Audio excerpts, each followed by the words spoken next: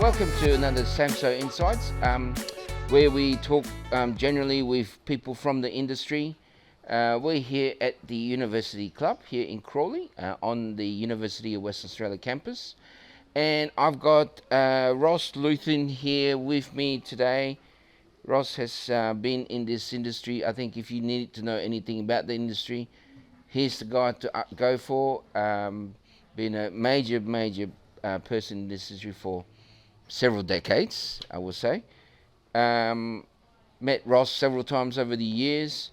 Ross, welcome to Samso Insights. Thank you. Thank you for giving time. I know we've been sort of trying to fit our schedules in. Yes. Look, Ross, maybe give us an intro to who Ross is, and we'll go from there. Well, I'm now an aged journalist, but I've been a journalist and publisher for about 45, 50 years. I started in the engine room at WA Newspapers as a copy boy, learnt to do a bit of sporting writing, and then I decided I wanted to become a full-time journalist. In time I moved to Whyalla and then to Port Pirie, moving from a newspaper to the ABC, and then with the ABC to Kalgoorlie at the start of the nickel boom. So I had a fairly good insight into the end processing for mining, and everything in between. So that became my focus, mining and the oil and gas sector. And I saw a lot of mines developed over the years, and particularly nickel mines and gold mines, some new mineral sands mines. And I also saw the Rankine A platform dropped on the ocean, which had to be an engineering masterpiece. And so I've been with mining for all my time, and I've often had to talk to journalists about the morality of mining, which amazes me, because the morality of mining is it's our lifeblood. If you look back now, over these years, has one of the things that we have struggling with in terms of media and companies, and I saw my 1 foot in one and 1 foot in the other, is that how do you stand up from the crowd? Because there's so many commodities in play today. Was that the same when you started? No, there wasn't, because the rare earths, lithium and all these things have been in the last 6 to 8 years really. We had interest in, gold was often on its nose. I can recall that happening. And I was in Kalgoorlie working at the time that the last mines shut.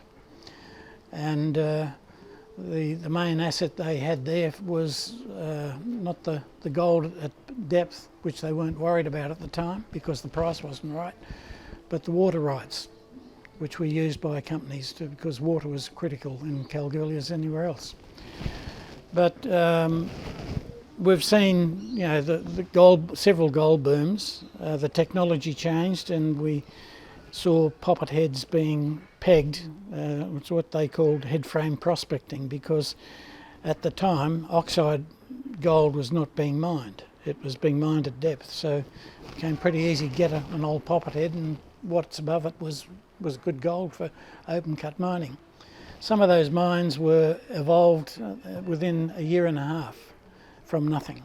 Yeah. You can't do that today. It's interesting that you said, even at that time gold was at its knees, because I remember coming out of university, gold was there, but it sort of then really didn't have a good decade in the 90s. No. And then what were you chasing? There was nickel, and it's strange, even though gold is such a well sought after commodity, such a talked about commodity, but yet in its early days it was struggling, right? Yeah. Well, I think the commodity with a fairly straight line of strength was copper all along. Nickel, when we had the nickel boom, that became absolutely chaotic to the point that we had the Ray report into the conduct of reporting. And that also included the conduct of some finance writers, not many, who were writing positive stories and then dumping shares. not nice. And well, that hasn't changed today, though. Well, it has, I believe, and they don't have the conduct of asking people journalists to qualify their stories anymore, because there's just not the process there. Yeah. But there should be. When I used to employ journalists, I used to say to them, I'd prefer you not to write about companies you've got shares in, but please tell me what you've got shares in. And my wife had a very small set of shares, and I had to qualify those stories because, I think it was important. Yeah. My friend Trevor Sykes adhered to the rules, and he was a big investor as well.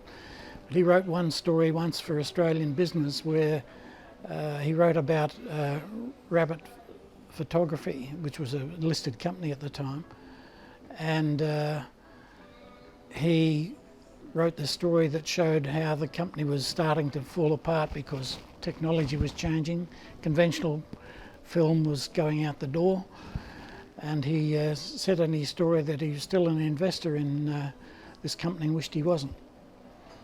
So, at least it was qualified. But, generally I think we've still got great resource writers in Australia, and I'm pleased to see the media awards that are given by AMEC, the awards that are given by Diggers and Dealers. And there's been some great ones there, people who've really done a good job. I've hopefully trained a lot of them, including a lot of the women in journalism. I think I put more women into mining journalism than anyone else. And one of the fundamental reasons was that I used to take a cadet on at least once every year, and the girls showed more motivation to me than a lot of the boys. In the old days, I guess, we can always say, oh, yeah, in the old days they were better and things like that. But in your opinion, today, because even from my form of communication, we get paid by clients and things like that. But then there's, I'm not going to watch you now because you're being paid. But in some form or another, everyone's paid by somebody somewhere along the line. Yeah. So how do you think people are adjusting in how they're having their mindset saying, hey, I'm still going to write good and bad about that situation? Well, I think there are some that are still doing that. There's a lot of individuals who struggle along because it's a tough market still despite the boom. But they are making money because they do some advertorials. But the questions are not too gratuitous, and I think they are doing it generally just to get a quid, and the companies that are doing it are getting an airing that they can't get normally. You have a look at Diggers and Dealers on a yearly basis, and I'm on the committee, and we have to say no to 70% of the applicants simply because we can't fit them all in. The same would be for Stuart McDonald's good conferences at RAU Explorers for a start. He gets inundated, and they've increased the size of their conferences, but after 3 days that's enough.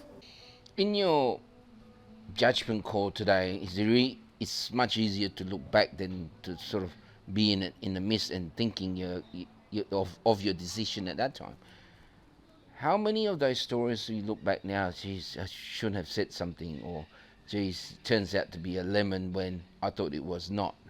Well, I suppose, and I'm not going to name companies, but there was one time when we gave an award for the emerging company based on the data that they presented. And 6 months later, the company was virtually in liquidation and has been repaired since and is going well now. But you can only do what is in front of you. And there's often people try to pressure you on who should you pick for something or why should you write about them. That's never been I suppose I've not been in the money with media because I've not got into that side. But people read what I say and believe it, and I think that goes back to one time when I was writing for a publication called National Miner for Lang Hancock, And he said to me, he said, never treat your readers like mugs. Now, a lot of newspapers are doing that. In a general sense, the West Australian's doing that now. But their business pages are still good, and they've got good journalists there. And thank God they have. I think in some ways a lot of the online digital things, they're a bit of a clickbait thing. Oh, sure, Yeah. but some aren't too. And there are very good operations and there's, you know, like Aspen's still got their website that's going very well, Mining News. Mining Business News is still going along, that's with John Ferry. In Queensland, Robert Dark's got a thing called Industry Queensland, and he's a bit of a loner up there, but I think there's enough going on to make it interesting for him, and it's not just mining, he does technology and a few other things. Like when we were in New Zealand, we used to do a lot of work on the renewable energy issues, and even there, the grand ideas and the visions of renewable energy were overdrawn, and you would be aware of that too. I think in New Zealand's a good example where I think you and I had projects there. At that time, we met a few times. Yeah, I used to go to the annual AUSIM conferences every year. Yeah, and they were a struggle sometimes, but I used to help them get keynote speakers, and we'd bring people over from Australia, and the things they would hear about how things are going in Australia compared to New Zealand made them feel very sad. So, you know, it's not. New Zealand's got bigger economic problems than we have, despite the debt levels we have. And if they could do more mining, like there's coal, there's rare earths that they could find, but the money's not going in, and they're deterring some of the existing companies that are there. I think when I was there, I used to tell people that it was easier to work in New Zealand than in Australia. They had specific hurdles that you had to go over. Yep. Once you did that, you were fine. There was no moving of goalposts, so to speak. And I think now looking back, a lot of people are saying, well, you know, maybe that was the golden years. And then, what's your opinion? Yeah, well, there was more hiccups than golden years, I can tell you.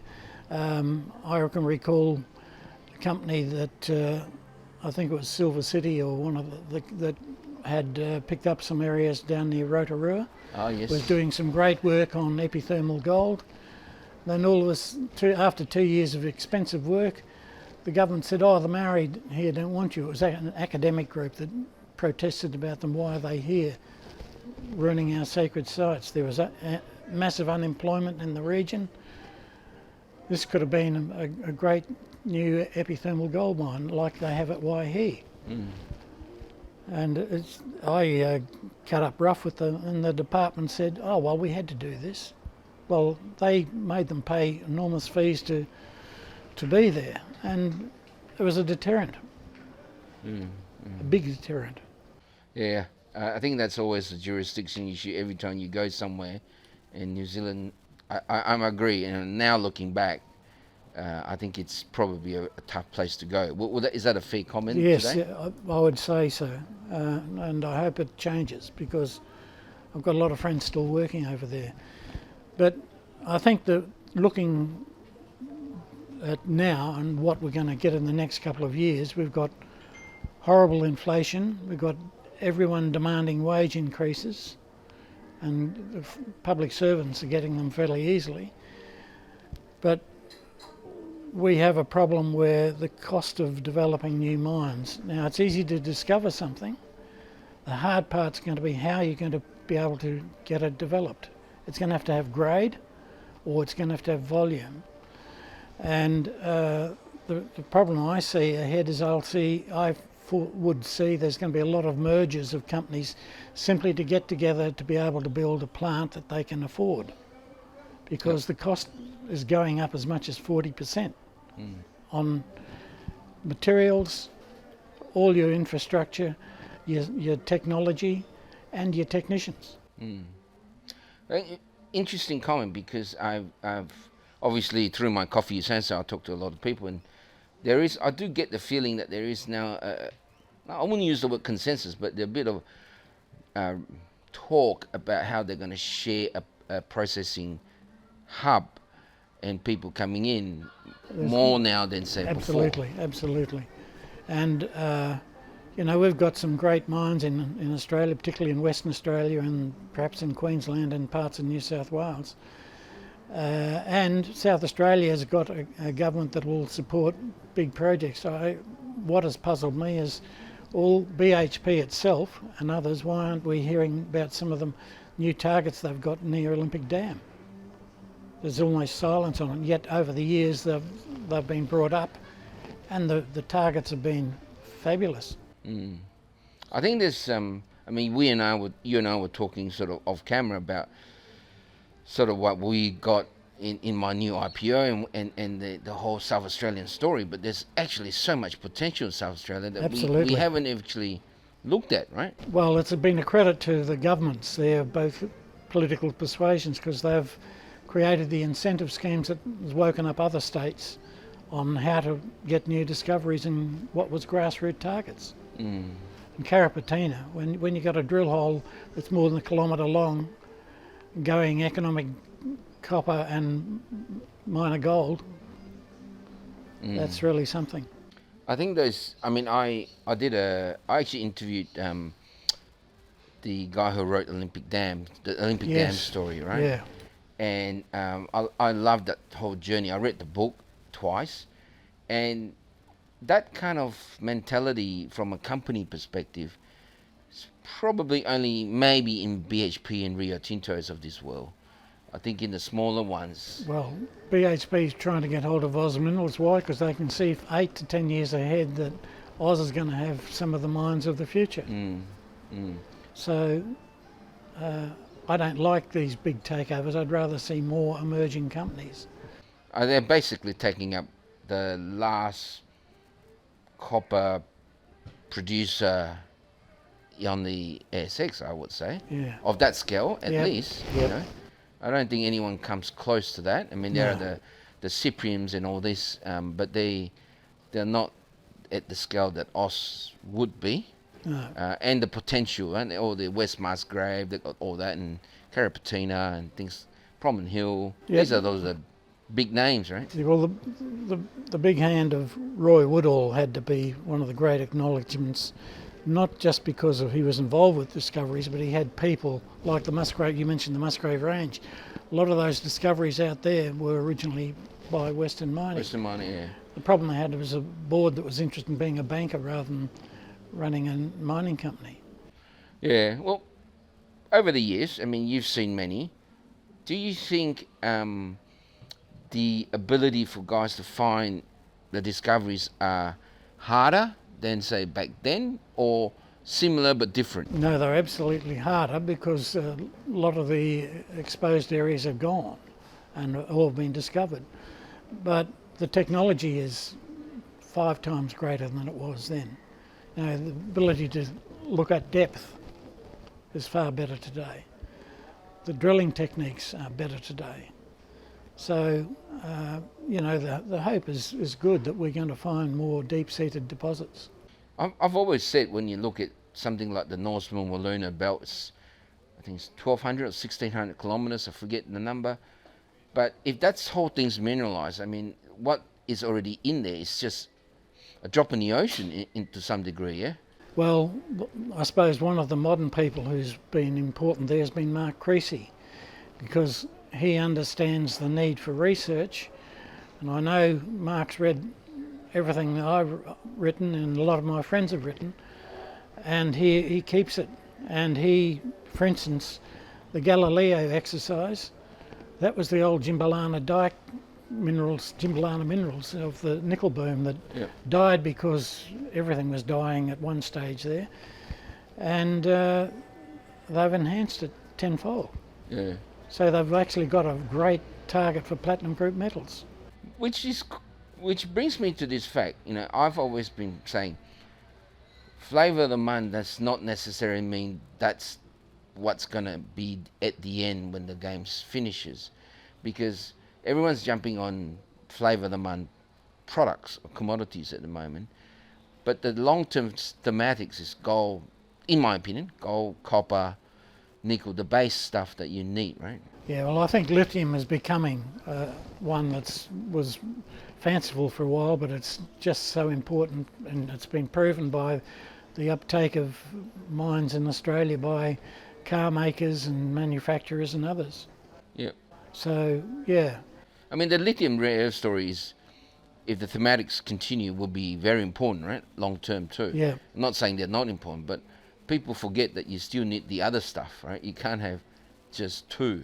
Yeah, well, we've also talked about rare earths, and the journey for rare earths is that China's got the market, China has got the technology, and America and us and others want to be able to improve. Well, one Australian company went into the United States, and it's apparently got some of the best targets for rare earths, and it's called American Rare Earths, and it's listed here, and it's also on the over-counter. It has got 2 projects that are looking good there. The sad thing is that a lot of the American companies that are running around aren't getting the achievements. So, rare earths is going to be a very hard one to... I think the talk about it now is overblown in terms of potential, because all the juniors are talking about the rare earths they're finding, but finding the right rare earths in the right mix.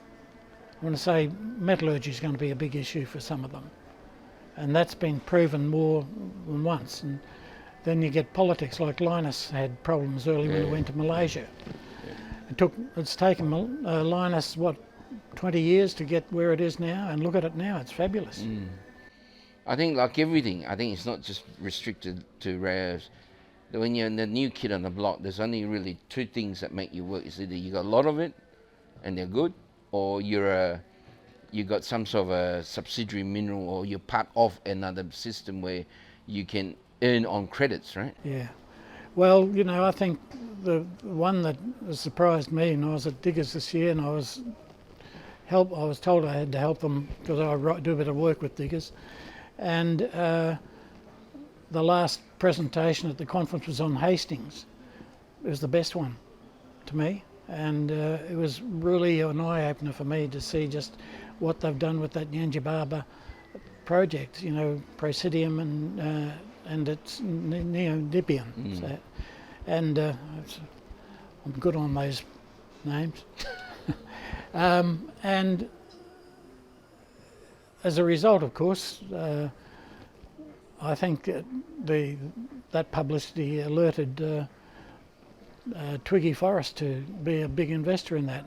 They've already got grants, they've got everything else going for them. They've got the cash, I believe they've got the targets. They're going to have a big impact on Australian rare earths, and I hope there's more.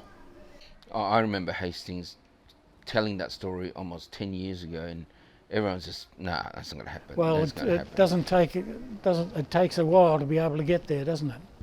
Yeah. And it's, you've got to develop the technology, you've got to have a great understanding of the metallurgy with those things. So, I've seen many disasters. One of the projects that's coming through now for lithium is it Core Lithium up at the Finniss River? I can remember an entrepreneurial friend of mine who had that area for tin and tantalite, and it didn't quite work. The grades obviously weren't there, but their technology wasn't there because they got two crocodiles caught in their trommels. That scared them. Their plant operator quit as a result. I mean, on that note, right, one of the stories that keeps coming back, and recently I heard that, even the Queen had shares in this company or something like that, is the Poseidon Story.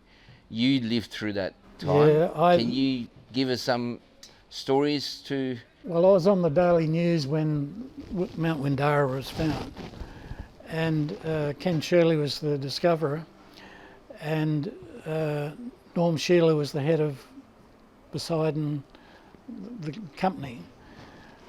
It was quite a good discovery, but it became inflated to the point that I remember on the Daily News we ran a story about all the companies that had tenements within about 30 kilometres of it, they all rose about threefold and as a result of that, which was nonsense. Yeah. And as it turned out, that mine had ground problems. And people never talked much about that. But I worked on a gold mine for a while just for experience, and some of the guys I worked with went up to Windara and they came back and they said the ground, they didn't like it because it wasn't as sound as the Golden Mile, which is saying something. And so the boom went mad to the point that companies would announce that they've just pegged ground near Kambalda, and their price would double, and you'd go and look at the records and you'd find that they've pegged something that's just barely north of Norseman, so probably 80 kilometres away. Yeah. So and that was, so the Ray report came out and it really did a good job on sorting all those things out, and years later of course we got a proper JORC code to stop the problems that happened with interpretation of ore bodies. But Norm Shearlaw stuck by that company for quite a while. It was eventually taken over by Western Mining because it basically was failing, and it was failing by recovery problems, ground problems and a few other issues. And the nickel boom had disappeared, and the nickel price was at a very sober price at the time. But Western Mining was very happy to shut that mine down years later, and I understood there was a party where they had champagne to talk about that. Oh, right. But it's been resurrected a few times, but it's still not redeveloped, and I think they'd have to look at the ground conditions to be one of the issues. But what happened was that thing took the nickel price and the nickel boom up here. It came down and created a massive headache.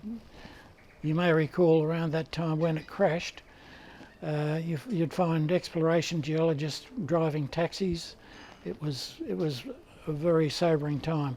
And of course the gold price was only fair, but they had already cut the government subsidy out of gold because they thought nickel was going to save us.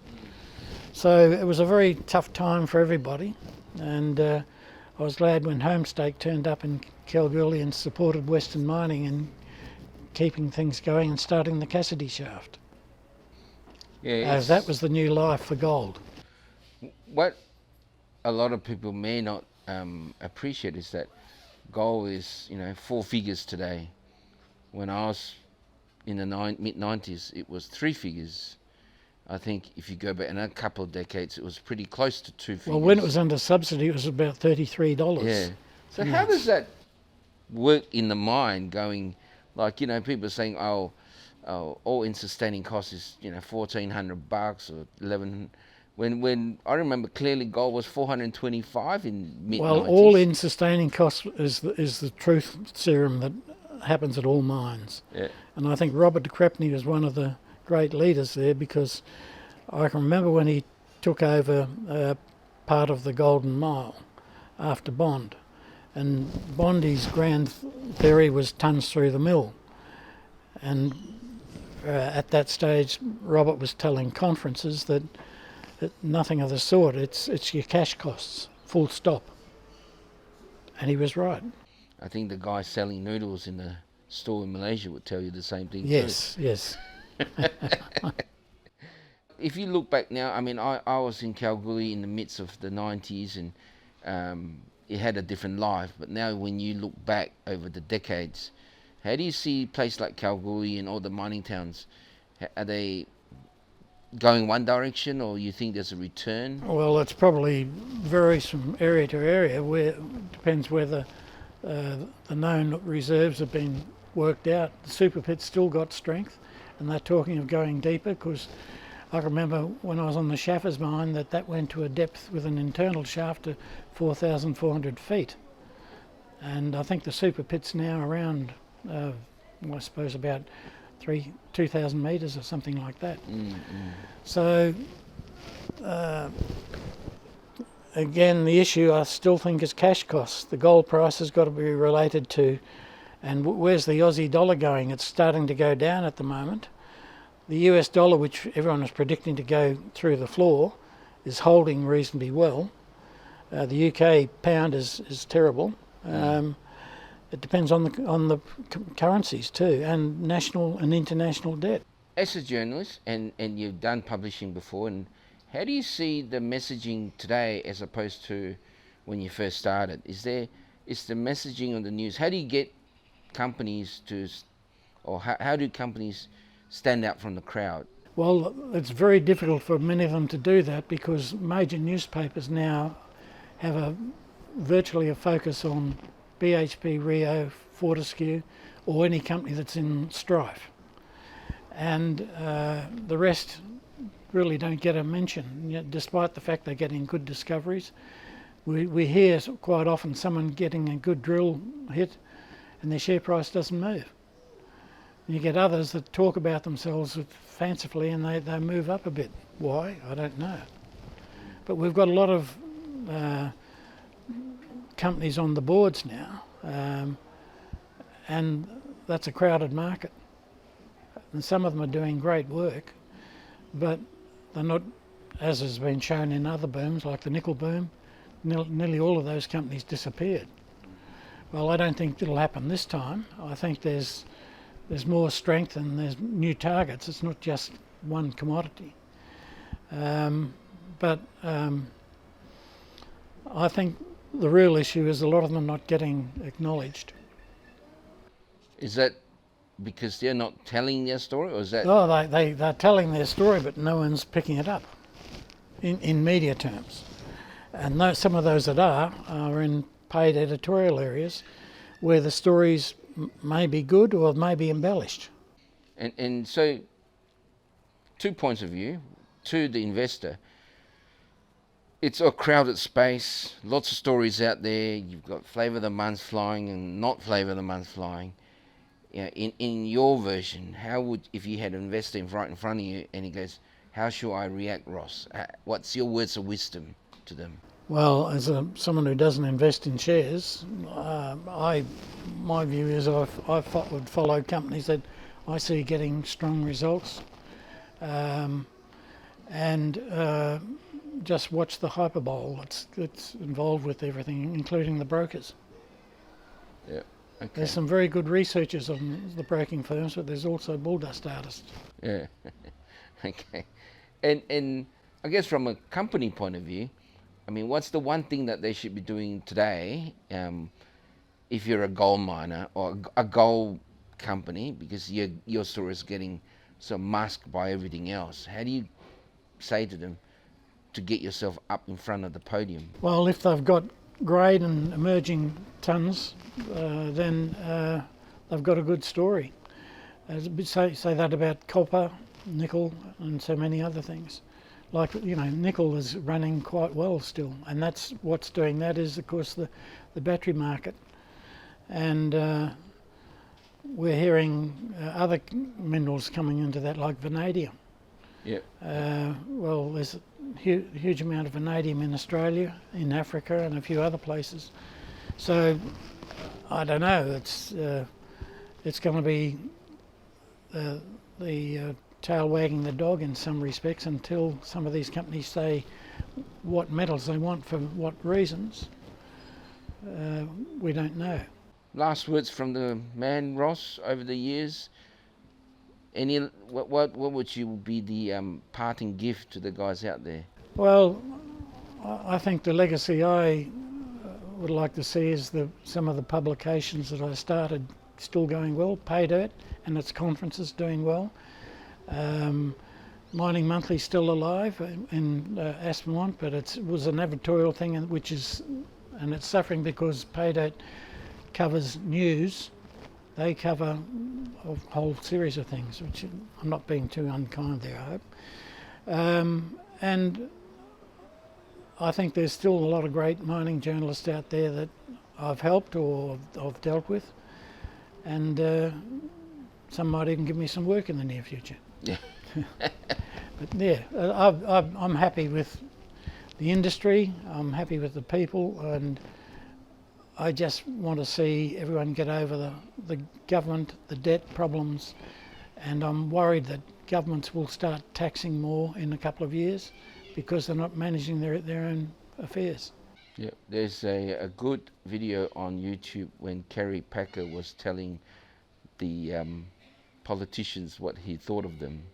Well, one of the ones I think was about him being branded the goanna, and he talked about that too.